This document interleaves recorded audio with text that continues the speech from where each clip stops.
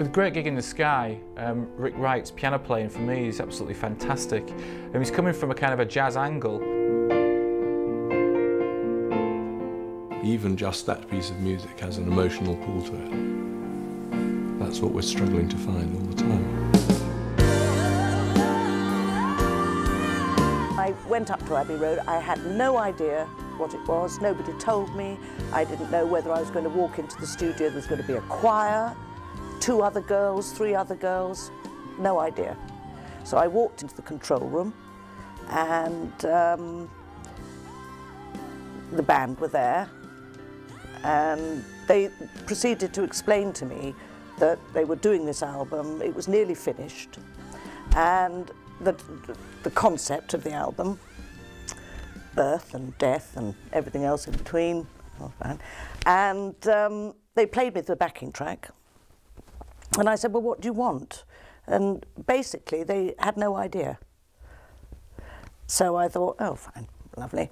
And when I look back, I was fairly new to this sort of world, you know, and probably quite naive. But anyway, I listened to the track a couple of times, and I personally had no idea what to do or what they wanted. So I said, I think the best thing for me is to go into the studio, put the cans on, and have a little go and see what happens. So I started off by going, oh, baby, baby, yeah, yeah, baby, baby, which is what one tended to do for sort of scat sort of singing. And they said, oh, no, no, no, no, no, we don't want any words. Well, that really stumped me. So David Gilmour came.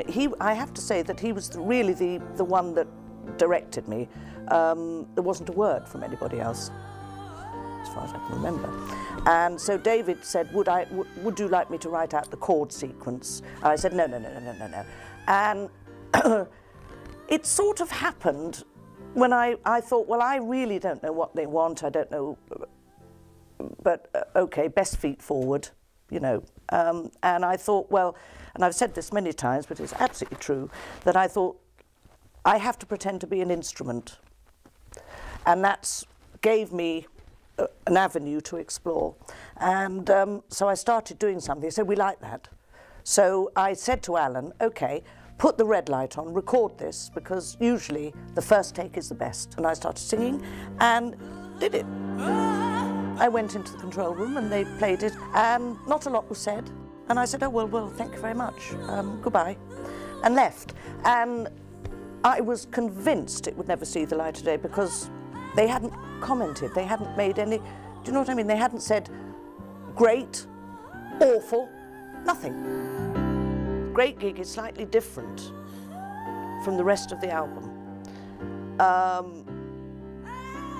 And I think it is because there's an outside influence, which is somebody else came in, happened to be me, it could have been, I don't know, could have been Vicky Brown, I don't know, or a saxophone player, but with the voice, you get a whole different input, some different mindset. And I think that's perhaps why it stands out, because it is not the 4 people in the band that have totally done it. There's an outside influence. The use of Clare Torry on that album is something that I think every female vocalist, whoever you are, has got to listen to and aspire to, you know. One day I will crack that whole piece and I'll just be the happiest person alive. It's A taxing piece to sing from beginning to end. And in fact, I believe that when Floyd or Roger have, they don't always do Great Gig in the Sky, but if they have, the 3 backing vocalists do a third each, which makes it less exhausting. This, the ultimate Floyd album, captured just the right blend of lyricism, inspired instrumental passages, sound effects and genuine musical innovation.